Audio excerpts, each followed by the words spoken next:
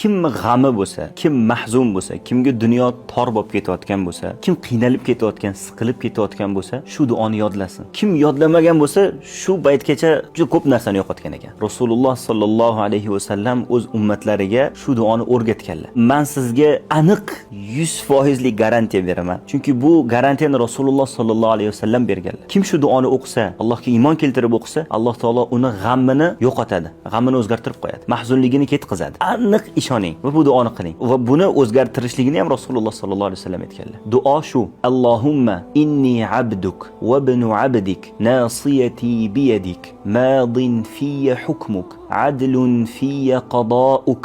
أسألك بكل اسم هو لك سميت به نفسك أو علمته أحدا من خلقك أو أنزلته في كتابك أو استأثرت به في علم الغيب عندك أن تجعل القرآن ربيع قلبي ونور صدري وجلاء حزني وذهاب همي وغمي. Ma'nosi: Allohim, men seni qulingman, qulingni o'g'liman, cho'ringni o'g'liman. Meni peshonam, taqdirim seni qo'lingda. Seni hukming menga o'tuvchidir. Sen menga qazo qilgan narsangda adolatlisan. Seni butun ismlaring bilan so'rayman. Sen o'zingni nomlagan butun ismlaring bilan so'rayman. Kitobingda nozil qilgan ismlaring bilan so'rayman. Xalqingdan birortasiga o'rgatgan ismlaring bilan so'rayman. Yoki g'aybda o'zing bilgan, biz bilmaydigan ismlaring bilan so'rayman. Qur'onni qalbimni bahori qilgan, sadrimga nur qilgan, mahzunligimni va g'amlarimni ketkizuvchi qilgan deb